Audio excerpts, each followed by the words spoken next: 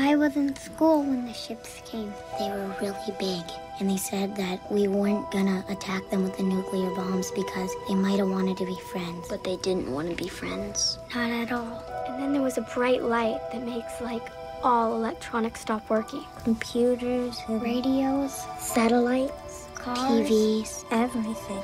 They blew up army bases, ships, the Navy, submarines, and all the soldiers are gone. Now moms and dads have to fight. After that, they blew up all the capitals. New York, Washington, D.C., Paris, all the major cities. Then they came. There were millions of Trillions everywhere. We call them skitters and mechs. They killed grown-ups and they catch kids. They'd put on harness things. They'd put it on kids and control them. Well, a very, very heavy divertation tonight. We had a very daresome fight. Let's go ahead, Jason, let's put the head of the pit. To join Florida's suit, the states claiming the exorcist saw Unchisracho and play Bringritz by health urgent. Let me just share some thoughts on this with you, if I may. This is, war is hell. And in fact, let's go to that whole notion. Not only is war hell, but the notion of evil. We historically in the United States, maybe George W. Bush and the Republicans, just for a moment, let's just imagine that possibly they actually went to the dark side. Historically, this five-pointed star was man. It meant man. It's the good thing. And if you flipped it upside down, the upside-down five-pointed star with the goat, with his chinny chin chin and his ears and his horns, was the sign of Satan worshippers. It was a satanic star. Now, you can see on the American flag, our stars are right side up. All across America, you'll see symbols with five-pointed stars. The stars are right side up, the man stars. But around the year 2000, the Republican Party changed their logo from the stars being right side up to the stars being upside down. Coincided with the coming on the scene of George W. Bush and Karl Rove. Very strange. I think they need an exorcism. Let's exercise them. Here's the exorcism. Number one, end the Bush tax cuts. Number two, end the Bush wars. And number three, end the crazy notion that corporations are people and that money is speech and that the rich can buy our nation. We are bored. We're all bored now. But has it ever occurred to you, Wally, that the process that creates this boredom that we see in the world now may very well be a self-perpetuating, unconscious form of brainwashing created by a world totalitarian government based on money, and that all of this is much more dangerous than one thinks, and it's not just a question of individual survival, Wally, but that somebody who's bored is asleep, and somebody who's asleep will not say no? See, I keep meeting these people. I mean, just a few days ago, I met this man who I greatly admire. He's a Swedish physicist, Gustav Bjornstrand, and he told me that he no longer watches television, he doesn't read newspapers, and he doesn't read magazines. He's completely cut them out of his life because he really does feel that we're living in some kind of Orwellian nightmare now, and that everything that you hear now contributes to turning you into a robot.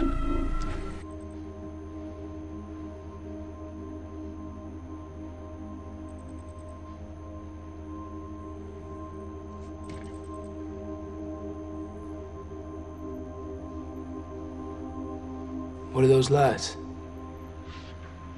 It's a person's life, experiences, memories. It's everything. Somewhere in all that organic wiring, all those ripples of light, is you. The thing that makes you unique and human. You don't make sense, ever? Those are synapses, electric impulses in the brain that carry all the messages. They determine everything a person says, does, or thinks from the moment of birth to the moment of death.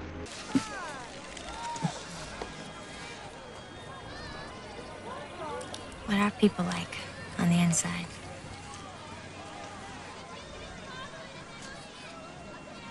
Inside most people, there's a feeling of being separate. Separated from everything. And? And they're not. They're part of absolutely everyone. And everything. Everything? I'm part of this tree. Part of Zach barking over fences. You're telling me that I'm part of some fisherman in Italy on some ocean I've never even heard of? No, some guy sitting on death row. I'm part of him too. You don't believe me? It's hard to believe that. All of that. Well, that's because you have this spot that you can't see past. My Grams and Gramps had it. A spot where they were taught they were disconnected from everything. So that's what they'd see if they could. That they're connected?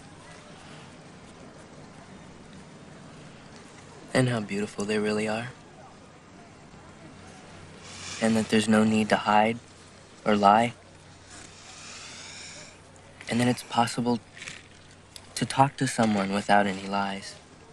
With no sarcasms, no deceptions, no exaggerations. Or any of the things that people use to confuse the truth. I don't know a single person who does that. When I said publicly in 1991 that the Earth was a living entity that we could communicate with and could communicate with us, people just dubbed me crazy. And now we're seeing scientists who have studied this coming to the same conclusion. Yes.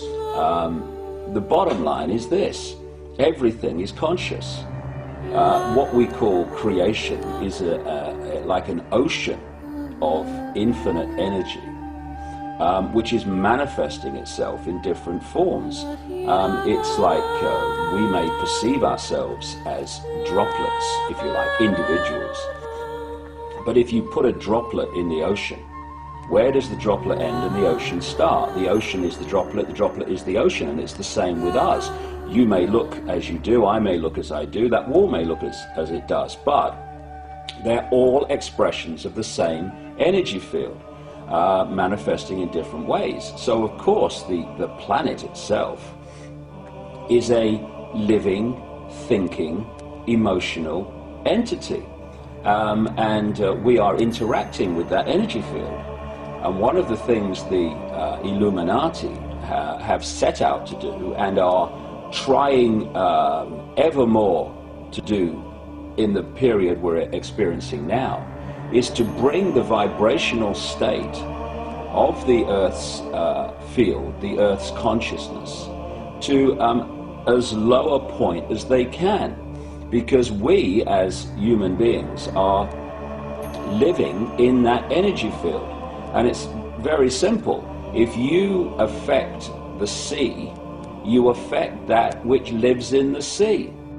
And so the more that they can lower the vibrational state of the planet, the more it becomes, if you like, treacle-like density. The more we living in that energy field are pulled into that state. When you have the wars and the environmental destruction and all these things that cause tremendous negative emotional energy, then you are lowering the vibrational state of the planet, you're lowering the vibrational state of the people, and you're basically holding them in a vibrational prison, which makes it much more difficult, not impossible, but much more difficult for them to hold connection out into the infinite beyond, where they can be in this world, but not of it in terms of their perspective of reality.